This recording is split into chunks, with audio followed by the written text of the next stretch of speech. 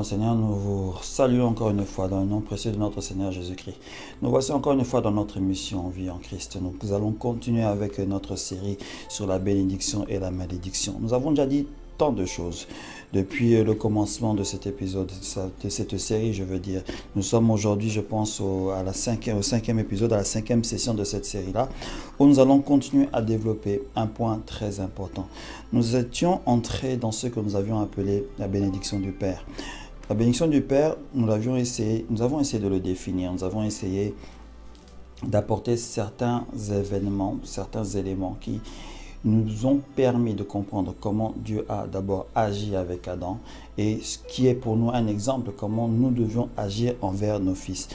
Nous avons bien sûr par cela réussi à définir quelque chose de très important. La bénédiction de Père ne se limite pas simplement au Père en tant qu'être masculin. Nous pouvons dire qu'elle peut s'étendre aussi dans la bénédiction de la mère. Nous n'allons pas confondre ces deux éléments-là. Bien sûr, même si elles peuvent être identiques, même si ces bénédictions peuvent être identiques, la bénédiction du Père a un élément bien particulier. Pour quelle raison? Parce que nous considérons une chose, Dieu en tant que Père. Nous ne disons pas que Dieu est une femme ou un homme ou autre chose, non, mais nous considérons Dieu comme notre Père. Raison pour laquelle nous avons pu titrer cette série ou bien sous-titrer en fait une partie de cette série, la bénédiction du Père, parce que même s'il s'agit d'une femme qui est une mère, qui a des enfants, qui peut vivre seule, parce que nous savions qu'il y a des familles aujourd'hui qu'on peut appeler monoparentales à cause de certaines circonstances, cette mère ou cette maman devra agir envers les enfants en question, comme la bénédiction du Père. C'est-à-dire la définition de la bénédiction du Père doit directement agir au travers de cette maman en question. Nous viendrons avec ces éléments des familles monoparentales, de leurs conséquences et autres dans la succession de cette série, puisque cela fait partie en fait de la bénédiction et aussi de la malédiction. Nous allons voir que pour quelles raisons une famille monoparentale, comme on le définit aujourd'hui en Occident, parce qu'il est un peu difficile de définir cela dans d'autres contrées de ce monde, mais surtout dans l'Occident, que les familles monoparentales ont une malédiction au-dessus d'eux. Je ne dis pas que toutes les personnes qui aujourd'hui croient en Jésus, qui ont été bénies en Christ, qui aujourd'hui se sont même convertis, sont maudits en tant que tels. Non, mais il y a un vent de malédiction qui repose au-dessus de ces familles-là. Et nous allons essayer nous en parlerons. Je sais que ça sera un sujet bien sûr qui va on va peut-être recevoir beaucoup de questions. Je l'avais dit au début de la série. Souvenez-vous que cette série sera un peu à controverse parce que nous allons essayer d'abattre certains préjugés quant à la bénédiction. Nous allons aussi abattre certains préjugés quant à la malédiction. Parce que vous savez qu'en tant que chrétien ou en tant que fils de Dieu ou bien en tant que personne de la foi, nous avions souvent, à cause de certains dogmes, définit certains éléments par rapport à certaines doctrines qui existent dans ce monde. Vous savez très bien, nous l'avons toujours dit depuis que nous avons commencé cette émission, le Seigneur Jésus ne nous a pas laissé une doctrine. Il nous a laissé une manière de vivre. Il nous a donné en fait une signification pour que nous puissions nous connecter au Seigneur. En fait, il est venu apporter une relation avec notre Père céleste, parce que nous devions comprendre, nous devions savoir. Adam, lorsqu'il était dans le jardin d'Éden, avait une relation personnelle avec Dieu. Ne vous y trompez pas par rapport à ça. Vous pouvez lire ces éléments-là lorsque vous lisez le chapitre 3 de la Genèse. Vous allez comprendre qu'il y avait une relation que je peux dire intime, que je peux dire qui était propre entre le Seigneur et lui. Adam a perdu cette relation-là après avoir fait la faute qu'il a fait avec sa femme bien sûr. Mais aujourd'hui le Seigneur, lorsqu'il est revenu sur cette terre, lorsqu'il est venu nous sauver de ce mal qui nous engouffrait, du péché qui est en train de nous engouffrer, il est venu rapporter cette relation avec Dieu. Notre but ultime en fait dans le christianisme, parce qu'on peut parler de christianisme comme tel, même si on ne va pas entrer dans les définitions des éléments, c'est de nous reconnecter avec le Seigneur. Notre but est de nous reconnecter avec lui, parce que si nous ne sommes pas connectés au Seigneur, nous ne pourrons pas nous approcher de lui, nous ne pourrons même pas être sauvés, parce que vous devez savoir que sans entrer dans d'autres enseignements, bien sûr, la connexion qui est établie entre le Seigneur et nous, c'est à l'aide de son Saint-Esprit. Et le Seigneur Jésus nous a laissé le Saint-Esprit exprès pour cela. Mais si nous parlons aujourd'hui de la bénédiction, si nous voulons essayer de changer certains dogmes ou bien de redéfinir certains éléments, c'est parce que nous savions qu'aujourd'hui, il y a beaucoup de mésententes, il y a beaucoup de contradictions même, il y a beaucoup de préjugés, je peux même dire. Et il y a beaucoup de laisser-aller quant à la bénédiction. Aujourd'hui, nous avons connecté la bénédiction au bien matériel, pendant que la bénédiction n'était pas les biens matériels en tant que tel. Vous savez, comment je peux vous l'expliquer? Adam, parce que si nous revenons toujours avec cette histoire de Adam et Ève, est-ce que Adam avait des biens matériels? Nous savons que le Seigneur, lorsqu'il l'a mis dans le jardin, parce que vous savez, vous devez savoir, essayez d'entrer de nouveau dans l'histoire des choses en tant que tel. Le Seigneur avait placé un jardin dans Éden. Revenons un peu sur ce point pour bien spécifier certains éléments. Un jardin avait été fait en Éden. Éden était comme une contrée. On en a déjà parlé dans une autre émission, bien sûr. Éden, c'était une contrée. Et le Seigneur a mis un jardin à l'intérieur. On peut essayer de spécifier ou de signifier ce jardin comme une maison dans une ville, ou bien une ville dans un pays ou autre. Ça peut être une société dans une cité. Éden, pour nous, aujourd'hui, en tant qu'enfant de Dieu, peut être le lieu de notre bénédiction. C'est pour cela, dans l'émission d'aujourd'hui, nous allons continuer dans la bénédiction du Père, en parlant du lieu de la bénédiction. Parce que la bénédiction du Père est aussi liée au lieu dans lequel tu es en train de vivre actuellement ta vie. Cela va peut-être choquer certaines personnes lorsque nous allons définir certains points, mais je vous demanderai d'essayer d'écouter les éléments, d'essayer de relire certains éléments de la parole de Dieu. Nous allons essayer de citer bien sûr au cours de ces sessions qui vont venir pour essayer de comprendre le lieu de la bénédiction. Le lieu de la bénédiction de Adam était Éden. Ce n'était pas en dehors de Éden. Parce que lorsque il est sorti de Éden, il est allé dans un lieu de malédiction. Parce que le Seigneur l'en a fait sortir à cause de la faute qu'il a créée. Qu'il a faite, je veux dire, pas créée. Nous aussi, nous avons un lieu de bénédiction où le Seigneur est en train de nous planter, ou nous a plantés, ou bien dans lequel nous sommes nés. Le lieu de notre bénédiction, c'est laquelle? Est-ce que c'est la société dans laquelle nous sommes? Est-ce que c'est le pays dans lequel nous sommes? Le lieu de notre bénédiction, premièrement, c'est notre famille. Raison pour laquelle cela connecte d'abord. Cela connecte avec la bénédiction du Père. Parce que la bénédiction du Père n'est pas différente, n'est pas déconnectée du lieu dans lequel il se trouve avec les enfants dans lesquels il est. Parce que lorsque nous avons défini la bénédiction du Père par rapport aux enfants dans les épisodes précédents, c'était pour essayer de vous connecter à l'héritage que nous devions donner. Parce que je ne suis pas exclu de cela. Vous n'êtes pas exclu de cela. Parce que vous avez un héritage à donner à vos enfants. Et cet héritage se transforme en fait en bénédiction. C'est une bénédiction pour eux. L'héritage que nous laissons à nos enfants devient une bénédiction pour eux automatiquement. Mais nous devions préparer cela. Le Seigneur, en construisant la terre, il avait comme but déjà Adam et Ève. Ce qui veut dire qu'il était déjà en train de préparer le lieu dans lequel il allait mettre Adam.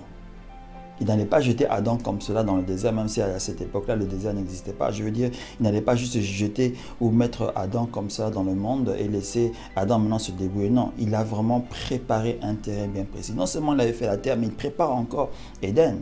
Ça veut dire que nous sommes obligés en tant que nous parents de préparer l'Éden de nos enfants. Cela paraît aujourd'hui très difficile parce que lorsque nous revenons en arrière, dans les temps anciens, on ne peut même pas parler de temps anciens.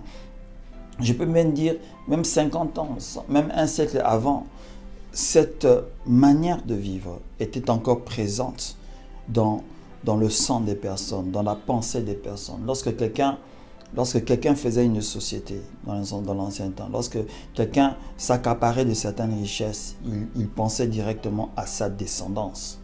Parce que vous devez savoir que dans la réalité, et surtout pour nous, enfants de Dieu, nous ne devions pas croire que nous nous enrichissons pour nous. Nous nous enrichissons pour ceux qui sont autour de nous et de ceux qui viendront après nous. Donc ça veut dire que si aujourd'hui je m'enrichis, que ce soit matériellement, que ce soit d'une manière ou d'une autre. Je m'enrichis pour mes enfants, je m'enrichis pour mon fils, je m'enrichis pour ma fille, afin que lui, lorsqu'il va devenir riche par rapport à la richesse que je veux lui laisser, ce sera pour ses enfants qui viendront aussi après. Parce que vous devez savoir, c'est un enseignement qui est donné, qui est peut-être un peu ignoré, et que je voudrais un peu répéter en ce lieu. C'est que le Seigneur est un Dieu de génération.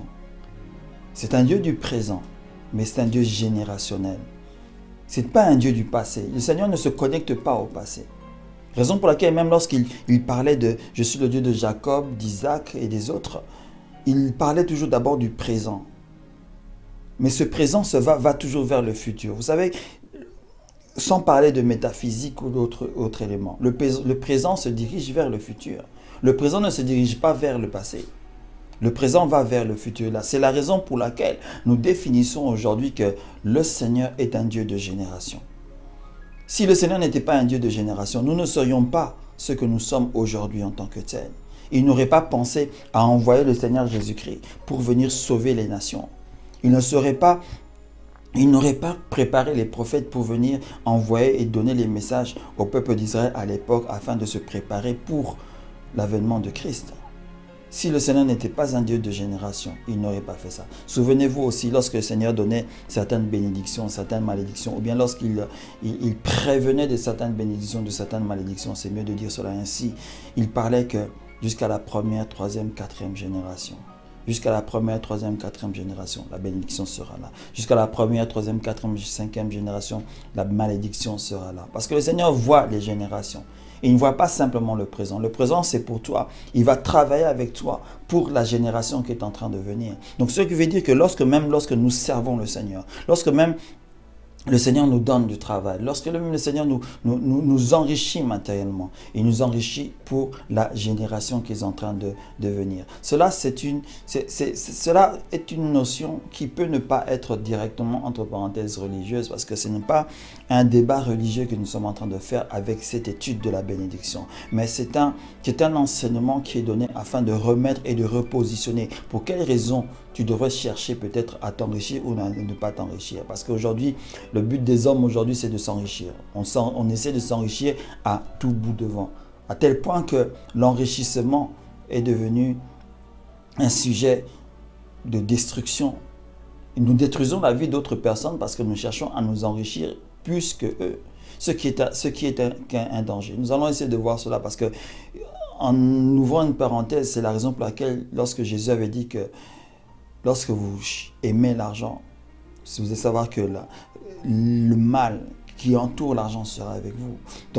Il a défini ça simplement en disant que l'amour de l'argent, c'est la racine de tous les maux, la racine de toute méchanceté, de toute destruction, de tant d'éléments. Nous allons essayer de voir ça, nous allons redéfinir ces éléments-là. Et je ne dis pas que l'argent est mauvais ici, parce que dans la bénédiction, l'argent est bien présent aujourd'hui, parce que l'argent a été créé, l'argent est un symbole. L'argent est utile à toute chose. La Bible même nous dit que ça répond à tous nos besoins. Mais est-ce que nous devions courir derrière elle ou bien courir vers cette vraie bénédiction que le Seigneur est en train de donner? Parce que la vraie bénédiction que le Seigneur est en train de donner à nous les pères pour les enfants est une bénédiction de génération. Nous devions donc tenir compte de ces éléments-là. Dans les épisodes précédents, dans les épisodes passés, nous avions dit que lorsque le Père a des enfants, lorsque le Père est présent dans la vie des enfants, il apporte certains éléments. Il apporte des conseils. Il pousse l'enfant à aller de l'avant. Pour quelle raison? Parce que ce qu'il est en train de dire, ce qu'il est en train de communiquer à son fils, à sa fille, autre, est une bénédiction pour lui. Parce que lorsque l'enfant va prendre connaissance de ces éléments-là, il va les mettre en pratique. Autant lorsque nous lisons la parole de Dieu, nous la mettons en pratique, nous sommes bénis par rapport à notre foi. Autant lorsque nous écoutons les conseils des aînés. Souvenez-vous lorsque nous avons parlé des 10 commandements. Raison pour laquelle nous avons parlé des 10 commandements bien avant de parler des bénédictions et des malédictions. C'est parce que dans un des commandements qui nous disait que nous devions honorer nos pères, nos mères, nos parents d'une certaine manière. Nous avons défini cela en disant que nous devions honorer nos aînés. Vous pouvez essayer de revoir ces épisodes-là. En honorant nos aînés, qu'est-ce que cela nous apporte? Lorsque nous écoutons les conseils qu'ils sont en train de donner, lorsque nous sommes en train d'obéir à ces conseils-là, à les mettre en pratique, nous éloignons l'échec. Lorsque tu éloignes l'échec, qu'est-ce qui se passe? N'éloignes-tu pas la malédiction de ta vie? En éloignant l'échec, tu éloignes la malédiction. En éloignant les erreurs, tu éloignes la malédiction. Parce que la malédiction, c'est quoi? La malédiction, ce sont aussi des échecs. Je ne dis pas que tous les échecs qui nous arrivent sont dus à la malédiction. Non, nous ne devons pas confondre cela. Mais il y a des choix qui, après conseil, peuvent être soit qui résultent soit à des bénédictions ou à des malédictions carrément. Lorsqu'un conseil nous a été donné, disait que si tu suis cette voie-là, tu vas arriver là-dedans. Tu entends ce conseil-là, mais tu ne veux pas le suivre directement. Tu dis non, ok, je veux penser ou je vais agir de ma propre manière parce que je crois que ce que moi je ferais serait mieux que ce qu'il est en train de me dire. Tu fais la chose en question. Tu arrives devant un mur et c'est l'échec. C'est une malédiction en fait. Pourquoi? Parce que tu n'as pas écouté un sujet de bénédiction qui pouvait t'amener à une vie plus prospère, que ce soit spirituellement, que ce soit matériellement. Ces éléments-là, nous le voyons carrément lorsque nous sommes dans les sociétés où une personne veut construire une société, ou bien il veut bâtir une entreprise, il veut bâtir quelque chose qui va lui apporter de l'argent, de la vie, quelque chose comme ça. On doit toujours avoir des conseils tout autour de nous. C'est même un conseil que la Bible nous donne. Nous devons avoir des conseillers avec nous. Pour quelle raison? Parce que ces conseillers-là donnent des informations qui, lorsqu'ils sont mises en pratique, deviennent aussi une bénédiction, deviennent en fait une victoire. Nous réussissons à faire certains éléments à l'aide de ces conseils-là. Et en revenant maintenant dans la bénédiction du Père, qu'est-ce qui se passe? Les conseils du Père vaut mieux que n'importe quel type de conseil. Premièrement, parce que le Père est appelé à être sage, parce qu'il a eu la vie avant l'enfant ou avant les enfants. La mère de même. Il sait très bien là où il a échoué. Par amour pour ses enfants, il ne le poussera pas à faire les mêmes erreurs qui risqueront d'être fatales pour lui et qui lui demanderont encore de s'efforcer à sortir de ces situations-là. Dans la bénédiction du Père, nous avons un élément qui est très important. Le Père se débarrasse de certains éléments afin que les enfants ne puissent pas recevoir ces éléments-là qui peuvent leur porter préjudice. Donc, ce qui veut dire que le Père lui-même devrait être préparé avant de préparer en fait les enfants en question, ou ses propres enfants, ou les enfants adoptifs qu'il a adoptés. Cela dépend bien sûr. Si nous ne sommes pas préparés en tant que Père, la bénédiction ne pourra pas sortir directement de nous. C'est un élément dont nous avons parlé, souvenez-vous, dans les épisodes précédents. Nous devions être préparés afin de communiquer. Le Seigneur Jésus était déjà préparé, raison pour laquelle il a pu communiquer. Et si nous ne le sommes pas, comment pouvons-nous maintenant apporter l'héritage qui permettra aux enfants, à ceux qui viennent après nous, de recevoir quelque chose de bon? Nous devions essayer de réfléchir sur ces éléments-là. Parce que si nous croyons que la bénédiction, ce sera les millions, les milliers que nous avions dans le compte bancaire, ceci n'est pas une bénédiction.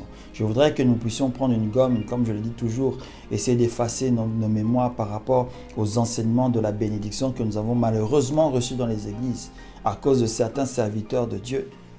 Vrai ou faux, cela dépend de comment vous pourrez le définir. Ont essayé de s'amasser de gains en définissant la bénédiction pour leur compte propre en fait. C'est pour leur compte propre qu'ils ont donné certaines définitions de la bénédiction. Mais malheureusement, ce n'est pas des bénédictions telles que le Seigneur l'a dit.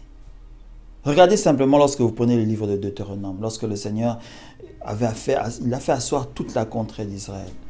Il a parlé de la bénédiction. Regardez un peu ces éléments. Vous allez tenir compte que l'argent, le matériel n'était pas vraiment à l'intérieur directement. C'était là-dedans indirectement. Mais le Seigneur avait parlé en bon au peuple de Dieu. Vous allez voir que dans cette bénédiction-là, il y avait un élément qui était connecté à la bénédiction. C'était l'obéissance. Ce qui veut dire que lorsque nous obéissons au Seigneur, la bénédiction se présente. Lorsque nous désobéissons au Seigneur, la malédiction se présente. Lorsque j'obéis à un conseil qui m'est donné, la bénédiction se présente. Lorsque je n'obéis pas à ce conseil-là, la malédiction se présente. Raison pour laquelle dans les épisodes précédents, nous avons dit que la malédiction, la bénédiction sont des frères jumeaux. Malheureusement, ils marchent toujours ensemble. Un jour, ils vont être séparés. Le jour de la fin de toute chose, comme je peux dire ainsi. Mais tant que nous sommes encore avec nos pieds sous cette terre, tant que nous sommes encore dans cette terre-ci que nous sommes en train de vivre, la bénédiction et la malédiction vont toujours marcher de pair.